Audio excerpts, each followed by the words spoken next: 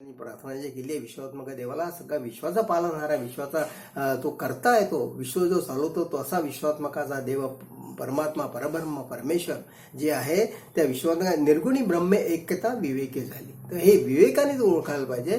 तुझा विवेक म्हणजे ज्ञान तू प्राप्त करायला पाहिजे आणि ज्ञान प्राप्ती करून ते दोन्ही एकच आहे. जीव आणखी शिव एकच आहे, दोन वेगळे नाही आहे हे लक्षात घे. आणि जेव्हा हे विवेकाने तू त्यांची एकरूपता साधतील, आणखी स्वतःचा जे अहंकार आणखी त्याग आणि ममता हे जेव्हा तू करशील, त्याचा त्याग करशील, तेव्हा तुला ते प्राप्त होईल. ब्रह्म एकची असे पण ते बहुविधा भासे, अनुभव देई अनारिसे नानावती. म्हणजे एक जरी ब्रह्म असलं तरी आपण त्या विश्वामध्ये निरनिळ्या त्याचं अनेकत्व बघत असतो आपण. नामरूप आणखी उपाधी लागल्यामुळे ते वेगळं वाटतं आपल्याला. स्त्री पुरुष वेगळे वाटतात, त्यानंतर प्राणी मात्र वेगळे वाटतात, आपल्याला वृक्ष विल्ली वेगळे वाटतात, तर आपण भेदाने पाहतो. तर अभेदाची दृष्टी जेव्हा तुम्हाला प्राप्त येईल ज्ञानप्राप्ती करून, तेव्हा तुम्हाला त्याचं हे होईल. असा महाराजांनी या भडगामकराला उपदेश दिला की तू सर्वस्व दिले नाही अद्याप. तुझे म्हणतोय की राम माझा झाला नाही आहे, राम होईल ना तुझा. तो अहंकार सोड, उपाधी सोड, तर राम तुझा होईल निश्चितपणे. तुला त्याची कृपा प्राप्त होईल. पण आपण अहंकाराने भेदाने द्वैतभावाने राहतो, त्यामुळे आपल्याला ते प्राप्त होत नाही. हा एक मोठा उपदेश आहे याच्यामध्ये. त्याच्यामध्ये आणखी त्यांनी म्हटलं आहे की निरसिता जीव शिव उपाधी, जीव शिवची कैसे आधी. म्हणजे ही जी उपाधी लागलेली आपल्याला देवोपाधी, आपण जीव वेगळा समजतो, आणखी शिव वेगळा समजतो, परमात्मा परब्रह्म वेगळा समजतो, हे उपाधीमुळे वाटतात आपल्याला. तर हे उपाधी सोडतो. निरसिता जीव शिव उपाधी, ही उपाधी टाकतो, देहाची उपाधी टाक. जीव शिवची कैशी आधी, तो आधीपासूनच आहे. हा जीव जो आहे हा शिवच आहे. स्वरूपी होता दृढ बुद्धी आपण कायचा. अशी जर जेव्हा तुझी बुद्धी दृढ बुद्धीने तू विचार करते, दृढ विवेकाने जेव्हा तो विचार करेल की मी तोच आहे किंवा तो मीच आहे, आपण कायचा, म्हणजे तिथे आपण तू वेगळेपणाने स्वतःला पाहू नको. तर ही जेव्हा अहमचा अहम किंवा जेव्हा टाकेल तुला, तेव्हा तुला त्या ईश्वराची प्राप्ती होईल, असं महाराज सांगतात.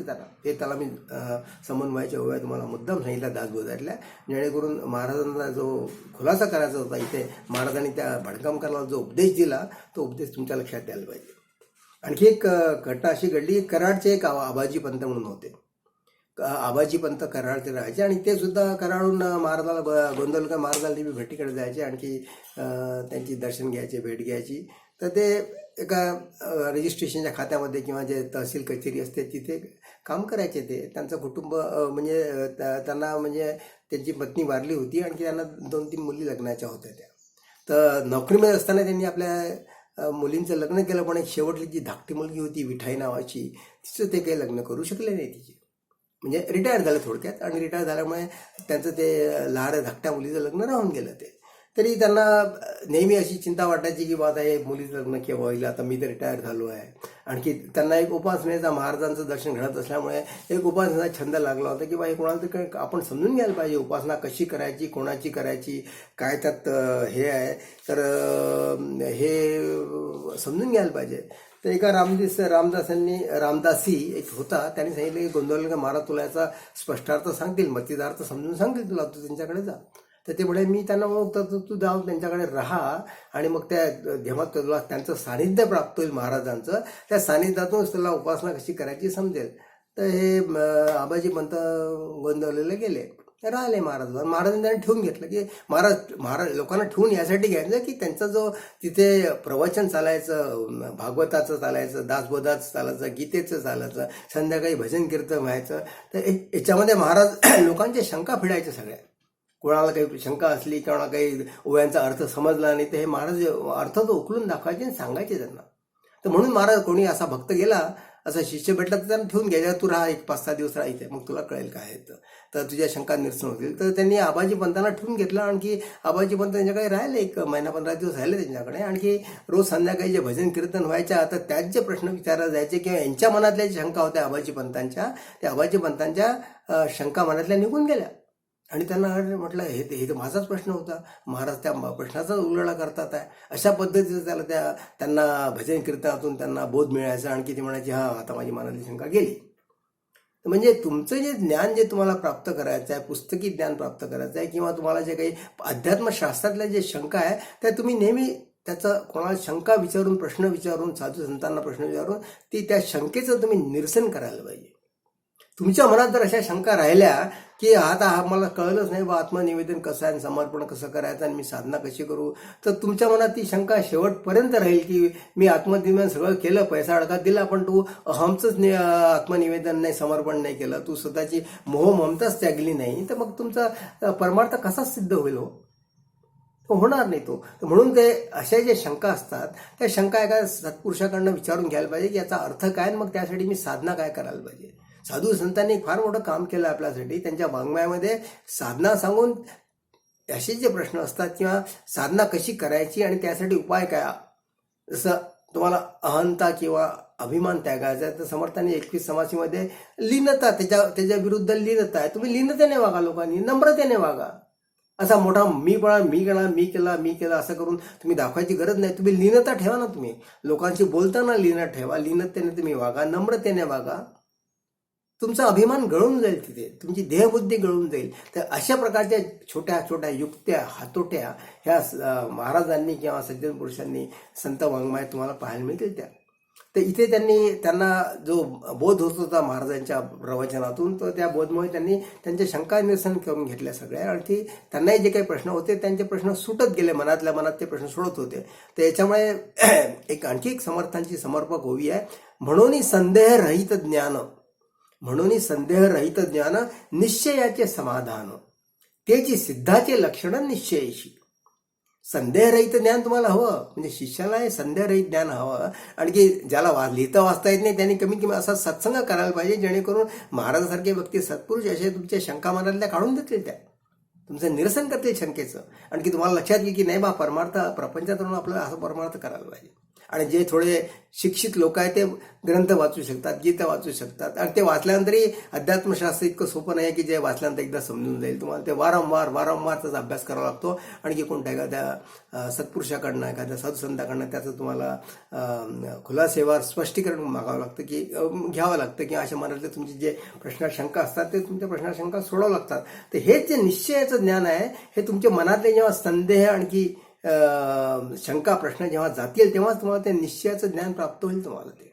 आणि ते निश्चयाचं ज्ञान प्राप्त झालं म्हणजे त्याची सिद्धाचे लक्षणं निश्चयशी. म्हणजे तुम्ही साधकाकडनं सिद्ध पुरुषाकडची जी वाटचाल आहे, मोक्ष त्यानंतर मोक्षाकडनं साधक आणि साधककडनं सिद्ध अवस्था, अशा अवस्था ज्या सांगितल्या असतात तर तुम्ही साधकाकडनं सिद्ध अवस्थेकडे तुम्ही चालत जाता. म्हणून म्हणतात की ते हे संदेहरहित निश्चयाचे ज्ञान जे प्राप्त झालं त्या आपाजी पंतांना, ते सानिध्यात राहून प्राप्त झाले आणि त्यांनी आपले शंका समाधान दूर करून घेतले.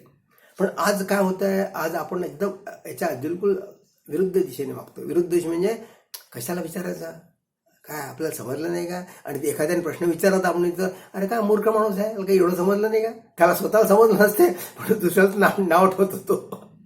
अशी गोष्ट आहे आपली आजची की त्या मनातली जी शंका आहे तो शंका विचारायला तो कुचरतो तो की मी शंका कशी विचारू. मी जर शंका विचारली तर लोक मलाच म्हणतील की बाबा काय मूर्ख माणूस आहे, म्हणून तो विचारत नाही अज्ञानाच्या पोटी. अज्ञान त्याचं तसंच राहतं. आणि एखाद्या माणसाने शंका विचारली तर त्याला उलटे नाव ठेवतात लोक. अरे तुला माहित आहे का, तुला प्रश्न समजून देणारा माझा आणि हे मूर्खासारखे प्रश्न विचारून राहिले, असे लोक नाव ठेवतात. ही अशी वृत्ती कामाची नाही. तुम्हाला ते निश्चयाचं ज्ञान, यथार्थ ज्ञान मिळण्याकरता तुम्हाला शंका विचाराव्या लागतात आणि विचारल्या पाहिजेत. वर्गामध्ये सुद्धा आपण म्हणतो किंवा मुलांनी शिक्षकांना एखादा गणित समजलं नाही किंवा त्याचं उत्तर कसं काढायचं किंवा उत्तर काय असावं, तर मुलांनी सुद्धा, विद्यार्थ्यांनी सुद्धा त्या शंका त्याच्या शिक्षकांना, लेक्चरर लोकांना विचारायला पाहिजे. त्याशिवाय तो भौतिक विषय पण त्यांना क्लिअर होत नाही, म्हणजे समजत नाही. अशीच परिस्थिती आपल्या या परमार्थ शास्त्रामध्ये आहे. इथे शब्दाचे वेगवेगळे अर्थ असल्यामुळे किंवा जुने प्राकृत शब्द असल्यामुळे त्याचे अर्थ आणखीच आजच्या पिढींना ते अर्थ कळत नाही. ते शब्दाच्या अर्थाच्या पाठीमागचा गहन अर्थ कळत नाही. त्यासाठी तुम्ही हे जे ज्ञान तुम्ही प्राप्त करायचे आहे ते संदेहरहित ज्ञान प्राप्त करा असं म्हणतात. तर अशा सगळ्या शंका मिटल्यानंतर आता ते म्हणाले की राहिलो मी तुमच्याकडे, आता मला सगळं काही मिळालं, तर मी माझ्या कराडला परत जातो. आता कराडला परत जातो तर महाराज मी कशा करता जातो, बा तू राहायचं, तुला काय गरज आहे कराडला जायची. तर म्हणाल नाही माझी लहान मुलगी विठाईची मला जरा चिंता आहे, तिचं जरा लग्न जुळवून तिचा विवाह करायचा आहे. आणि महाराज म्हणे त्यात काय, मी तुझी मुलगी दत्तक घेतो. महाराजचं उत्तर तयार होतं बिलकुल, की मी तिच्या मुलीला विठ्ठलला दत्तक घेतो, आणखी तिचं लग्नाचा जबाबदारी माझ्यावर आहे, तू चिंता नको करू, तू तुझं नामस्मरण चालू ठेव. बघा किती मोठा आधार आहे हा, किती मोठा आधार त्या माणसाला सापडतो. आणि महाराज असे ठामपणे सांगायचे की तुझ्या मुलीला मी दत्तक घेतलाय. आज आपण कोणाचे कामं करतो का अशी? नाही करत कामं, कोणाला मदत नाही करत आपण. आणि महाराज एवढा मोठा आधार द्यायचे त्या आबाजी पंतांना की तुझी विठाई आजपासून दत्तक मुलगी माझी झाली, मी तिला दत्तक घेतला आणि तिचा विवाह मी करून देतो. आबाजी पंतांना बोलायला जागाच राहिली नाही. त्यांची जी चिंता होती की मुलीचं लग्न होऊन नाही राहिलं, तर त्या चिंता म्हणजे महाराजांनी त्याची चिंता घेतली. त्याचे जे प्रॉब्लेम होते, त्याची जी चिंता होती ती महाराजांनी चिंता घेतली. आता तुला काय चिंता आहे? तू नामस्मरण कर, तू देवाचं काम कर. हा असा आधार महाराज लोकांना द्यायचे. आणि लोकांची श्रद्धा पण तशी होती, निष्ठा पण तशी होती की तू मला जर तुझ्या शंका असतील, तुझं काही कुठे अडचण असेल, कुठे काही असेल तुला आणखी काही, तर शंका असेल तुझ्या किंवा आणखी चिंता असेल तुझ्या प्रपंचातल्या, त्या शंका मला दे म्हणजे ईश्वराला व्हा. आणि महाराज स्वतः सत्पुरुष असल्यामुळे त्यांचं ते म्हणणे अगदी योग्य होतं. इतक्या सत्पुरुषाला आपण आपल्या शंका किंवा आपली जबाबदारी पोहोचून द्यायची, म्हणजे आपण म्हणतो ते चित्त द्यायचं भगवंताजवळ. तुम्ही तुमचं सर्वस्व देवाला व्हा. सर्वस्व म्हणजे तुमचा आधार तोच आहे. तुमच्या चिंता, तुमच्या शंका, तुमचे प्रश्न, तुमची जबाबदारी, जे काही तुम्ही चांगले कर्म केले, वाईट कर्म केले, सगळे काही देवाला तुम्ही अर्पण करा आणि मोकळे व्हा. अहंता ममता सुद्धा म्हणजे मुलीची सुद्धा तुम्ही चिंता करू नका. मुलींना लोक लहानपणी ओट्यात टाकायचे, महाराजाच्या देवळात जाऊन देवाच्या ओट्यात टाकून आलो बा लहान मुलगा झाला, किंवा माझा मुलगा मी देवाला वाहला असं म्हणायचे. फार मोठा अर्थ आहे त्याच्या पाठीमागे. म्हणजे देवाला वाहणं म्हणजे खरंच देवाला अर्पण करणं. ते अर्पण करणं मनापासून पाहिजे बरं. नुसतं तोंडाने बडबड करायची की मी मला सर्व देवाला वाहून आला, ते नाही होणार. आणि ती तुम्ही चिंता सोडायला पाहिजे, तुमचे प्रश्न शंका सोडवायला पाहिजे, आणखी आपलं सर्वस्व देवाला व्हायला पाहिजे. हे एक आत्मनिवेदन आहे याच्यामध्ये. आणि महाराज जेव्हा म्हणतात की तू तुझ्या मुलीची चिंता करू नको, मी तिचं लग्न करून देतो, म्हणजे काय म्हणतात महाराज त्याचा योगक्षेम त्याचं चालवतात. भक्तांचा योगक्षेम भगवंत चालवतो, हे त्याचा पाठीमागचा अर्थ आहे त्या पाठीमागे. म्हणजे भगवंत जे योगक्षेम चालवतात आपल्या भक्तांचा, तो योगक्षेम असा चालवतात. तो हे अगदी योगक्षेमाचं उदाहरण आहे की भक्तांच्या जे काही अडचणी आहे, काही जबाबदाऱ्या, ते महाराज स्वतः घेतात, भगवंत स्वतः घेतो. आणि महाराज भगवंत स्वरूप होते, इतकी शंकाच नाही. तर म्हणजे याच्यामुळे योगक्षेम चालवतं. याचं तुम्हाला बरेचसे पुराणात उदाहरणं सापडतील की महाभक्त प्रल्हाद हा पिता त्याला छळत होता, कारण की भक्त प्रल्हाद हा विष्णूची भक्ती करत होता, त्याची भक्ती करत नव्हती आपल्या पित्याची. त्यामुळे हिरण्यकश्यपू हा आपल्या मुलाला अगदी मरेपर्यंत त्याला त्रास दिला त्यांनी मुलाला, की तू विष्णूचं नामस्मरण का करतो, तू माझं नामस्मरण का करत नाही. त्याच्यामुळे भक्त प्रल्हाद त्याच्या वडिलांनीच, त्याच्या पित्यानेच बराच त्रास दिला. पण शेवटी नामस्मरणाचा प्रभाव असा झाला की स्वतः विष्णूंनी नरसिंह सरस्वतीचं रूप घेऊन हिरण्यकश्यपूला मारलं. त्याला जो वर दिला होता त्या दोन्ही दारामध्ये त्या नरसिंह सरस्वतीचा जो अवतार म्हणतो आपण, नरसिंह स्वामी, तर त्यांनी ते रूप घेतलं नरसिंहाचं. आणखी त्यांनी हिरण्यकश्यपूला मारलं त्यांनी. पण हा आधार आहे बरं, लक्षात घ्या. इथे आधार आहे की योग आधार आहे परमेश्वराचा. आणखी योगक्षेम कसा चालवतो याचं ज्वलंत उदाहरण आहे. भक्त प्रल्हादांनी जी भक्ती केली, विष्णूशी जे एकरूप झाला, भक्त प्रल्हादाला काय कमी होतं? राक्षस कुळातला जरी असला तो, तरी ऐश्वर्य त्याच्या पायाशी होतं सगळं. पण त्याला विष्णूची भक्तीची ओढ लागली होती, ध्यास लागला होता. याच्यामध्ये आणखी दुसरा म्हणजे तसाच ध्यास आबाजी पंतांना लागला होता, असं म्हणायला काही हरकत नाही. कारण की आबाजी पंत जे कराडून आले होते, महाराजांकडे 1-2 वर्ष राहिले, आणि त्यांनी त्याच्यामध्ये आपल्या सगळ्या शंकाचे निरसन करून घेतलं, आणखी नामस्मरणाचा अनुग्रह घेतला महाराजांकडनं. त्यांना सुद्धा ध्यास लागला होता नामस्मरणाचा. आणि त्यांना जी चिंता सतावत होती विठाईच्या लहान मुलीच्या लग्नाची, त्यांनी शेवटी महाराजांना वाहली चिंता. महाराजांच्या पायाशी आपली चिंता वाहली मुलीची.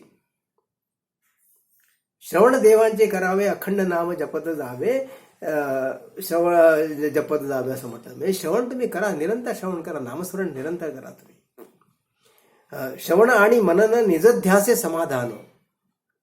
तुमच्या मनात जे तुमचं मन जे चळबिचळ करतं, आणखी ते व्यर्थ चिंता वाहता तुम्ही नाही त्या गोष्टींची. आपणही संसारात अनेक गोष्टींची आपण व्यर्थ चिंता वाहत असतो. आपलं मनच असं आहे, इतकं चंचल मन आहे, नाही त्या गोष्टी आपल्या मनात जातात. आणखी मनात झाल्या की मग आपण त्याचा इतका काही विचार करून बसतो, हे असं झालं तर असं होईल, तसं झालं तर तसं होईल, मग त्याच्याने माझं कसं होईल. अशा पद्धतीच्या चिंता वाहत असतात. या चिंता सोडून द्यायला पाहिजे. आपण या चिंता ईश्वराच्या चरणी अर्पण करायला पाहिजे. ते आपण करत नाही.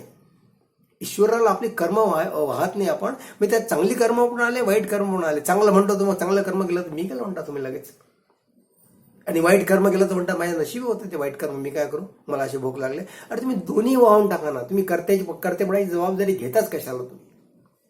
ती जबाबदारी घेऊ नका, ती ईश्वराला वाहून द्या जबाबदारी. तुम्ही मोकळे व्हाले जबाबदारी तुम्ही. तर अशा पद्धतीचं नामस्वरे निरंतर ते जाणावे पुण्य शरीर, महादोषांचे गिरीवर राम नाम नासती. हाच नामस्मरणाचा उपदेश महाराजांनी सगळ्यांना दिला. नामस्मरण जे उपदेश किंवा म्हणा जपमाळा महाराज द्यायचे की रामनाम करा तुम्ही, नामस्मरे निरंतर. म्हणून आबाजी पंतांना ते म्हणाले की तू काही काळजी करू नको, नामस्मरणाचा जो उपदेश जो दिलाय तुला, अनुग्रह जो दिलाय, ते रामाचं नामस्मरण तू निरंतर करतो.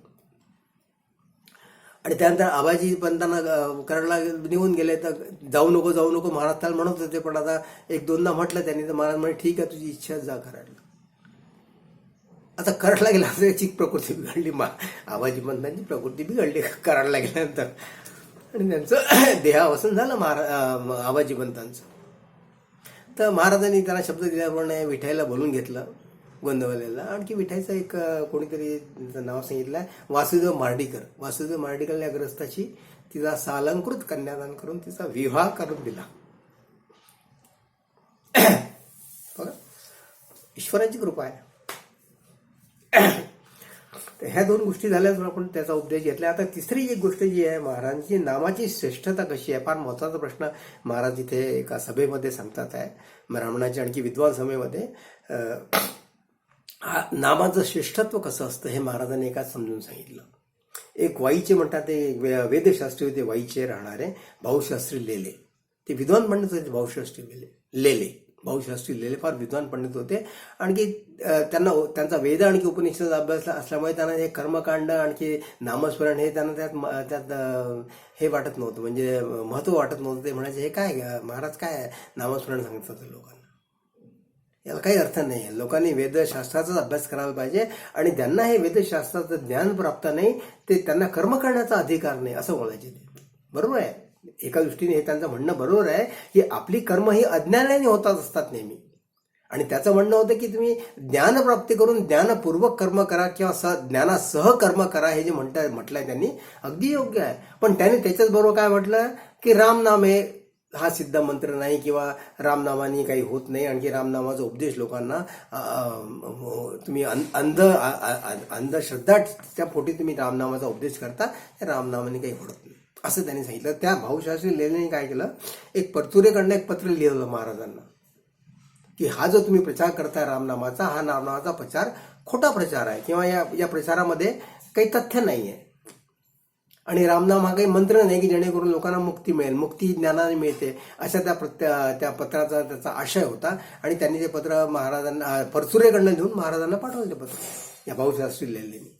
तर महाराजांना पत्र मिळालं ते, आणि महाराज मग सांगायला लागले की बा असं असं पत्र आलंय मला भाऊशास्त्री लेलेचं. ते म्हणतात की रामनामाला काही अर्थ नाही, रामनाम हा काही सिद्ध मंत्र नाही आहे. श्रीराम जय राम जय जय राम हा जो त्रयोदशाक्षरी मंत्र आहे, तर या मंत्राला काही अर्थ नाही. हा रामदास स्वामींनी जुन्या दासबोधात हा त्रयोदशाक्षरी मंत्र उद्घोष केलेला आहे. आणि त्यांची तपश्चर्या 12 वर्षाची जी होती, त्या तपश्चर्यापोटीच त्यांना रामाचं दर्शन झालं, आणि त्यांनी लोकांना हा रामनामाचा उद्देश करून हा सिद्ध मंत्र दिला की तुम्ही श्रीराम जय राम जय जय राम हा तुम्ही सिद्ध मंत्राचा तुम्ही जप करा, नामस्मरण करा, तुमचं कल्याण होईल. पण इथे उलटे प्रसंग पडला. महाराज इथे तत्व घेऊन लोकांना रामस्मरणाचा अनुग्रह करायचे महाराज. पण ह्या लेलेंनी जे पत्र लिहिलं परचुरेकडनं, ते महाराजांना असं वाटलं की आता या पत्राचा उलगडा करायला पाहिजे. आणि लोकांना सुद्धा मनात अशा काही शंका यायला लागल्या की महाराज एक सांगतात ते वेदशास्त्री पंडित काही वेगळं सांगतात, कसं काय सोडायचा हा प्रश्न. तर महाराजांनी त्याच्याकडनं विद्वान लोकांची एक सभा बोलवली, म्हणजे पुस्तकामध्ये जे म्हटलंय त्याला विप्रांची सभा. विप्र म्हणजे ज्ञानी पुरुष किंवा विद्वान पुरुष, असे विद्वान पुरुषांची एक सभा बोलवली एका दिवशी. आणि त्या सभेमध्ये त्यांनी हा विषय मांडला की नामाची श्रेष्ठता कशी आहे, आणि तुम्ही रामनामाला जे नावं ठेवता ते रामनामाचं काय आहेत, असे सभेमध्ये सभा भरली. आणि त्या सभेमध्ये लोकांना त्यांनी सगळ्या विद्वान लोकांना बोलावलं. आजूबाजूचे जे खेडेगावाचे, सातारा सज्जनगडचे जे लोक होते तेही लोक होते, आणखी हे वाईचे भाऊसाहेब लेले, आणखी त्यांच्याबरोबरचे त्यांचे पाखंडी ज्ञानवाले काही त्यांना सोबत करणारे होते. तर तिथे सभेमध्ये दोन पक्ष होते. म्हणजे एक पक्ष झाला हा जो वेदशास्त्राला उपनिषदांना मान्यता द्यायचा, आणखी रामनामाला ते तुच्छ मानायचे किंवा नामस्मरणामध्ये काही अर्थ नाही असा त्यांचा ग्रह होता. म्हणून त्यांनी महाराजांना हे आवाहन दिलं होतं एक प्रकारे. आणि दुसरा पक्ष होता महाराजांचा. महाराज नामस्मरणाचं श्रेष्ठत्व सांगणार होते ते. अशा दोन पक्ष तिथे सभा भरली तिथे. आणि महाराजांनी सांगितलं की ठीक आहे, तुम्ही तुमचा पहिला पक्ष मांडा, तुम्हाला काय मांडायचं. तर त्यांनी पहिला पक्ष मांडला. आणि पहिल्या पक्षामध्ये ते जे पाखंडी लोक म्हणा किंवा जे नुसतेच कोरड ज्ञानी जे लोक होते, नुसतं शब्दज्ञानी जे लोक होते पाखंडी लोकांनी, त्यांनी विषय मांडला की वेदांतामध्ये उपनिषदामध्ये जे सांगितलं आहे ते कर्म केल्यानंतरच किंवा ते ज्ञान प्राप्त केल्यानंतर जे तुम्ही भक्ती कराल, ज्ञानासह जी भक्ती कराल, त्यानेच तुम्हाला मोक्ष प्राप्त होईल. तुम्ही जे अज्ञानी लोकांना जे सांगताय की रामनामात अर्थ नाही, नामस्मरणात काही अर्थ नाही, आणि तुम्ही लोकांना गोंधळात टाकताय, आणखी अंधश्रद्धेला हे लोक बळी पडतात, तर तुम्ही हे नामस्मरण करू नका किंवा लोकांना सांगू नका, असा त्यांचा पक्ष होता. महाराजांनी या लोकांनी इतपत सांगितलं की रामनामाने धर्मभ्रष्ट होतो. तुम्ही जर रामनाम जर जपलं किंवा रामस्मरण जे महाराज सांगायचे तर ते केलं, त्यांनी धर्मभ्रष्ट होतं. त्यामध्ये लोकांना असं तुम्ही भरकटू नका, त्यांना गोंधळात टाकू नका. ते अज्ञानी जरी असले म्हणून त्यांना असं तुम्ही नावाचं सगळ्यांना रामनामाचा मंत्र देता आणि नामस्मरण करायला लावता, हे योग्य नाही आहे, अशी त्यांचा आक्षेप होता. तर त्यावर मग महाराजांची प्रतिज्ञा, महाराजांनी काय उत्तर दिलं आपण ते बघू. आणि याच्यात नामाची श्रेष्ठता कशी घडते आणि नामस्मरणाचा उपदेश महाराज देत होते ते आपल्या समोर. तर ते आता बघू आपण याच्यामध्ये. तर महाराज मग त्यांचं ऐकून घेतलं. महाराज उठले आणि महाराजांनी सगळ्यांना साष्टांग नमस्कार केला, त्या विद्वान पंडितांना, की ठीक आहे, तुमचा जोपर्यंत जे तुम्ही वेद उपनिषदामध्ये सांगितलं म्हणताय तुम्ही, मी ते मान्य करतो, पण तुम्ही रामनामाला जे नाव ठेवता ते मला मान्य नाही आहे. आता रामनामाला नामस्मरण जे करायला सांगितलं आहे, नामस्मरण हे कलियुगातलं सगळ्यात अमोघ शास्त्र मानलं जातं. कारण की कलियुगामध्ये लोकांना वेळ मुळीच नाही आहे, देवाला नमस्कार करायला वेळ नाही आहे, आपल्या आपल्या कामात गरकाय, आणखी करते पण असे जवळ घेऊन बसले लोक की मीच करताय सगळ्या गोष्टीचा. आणि मग ते वेदशास्त्र पुराण आणखी तुमचे अद्वैत ग्रंथ वाचायला वेळ कोणाला आहे हो. आणि लोक म्हणतात की हे सगळे साधू बंधू लोक काहीतरी उपदेश करतात, लोक मानायला तयार नाही आज. पण नामस्मरण जे कलियुगात जे सांगितलं गेलेलं आहे, नामस्मरण हा एक उत्तम मंत्र आहे की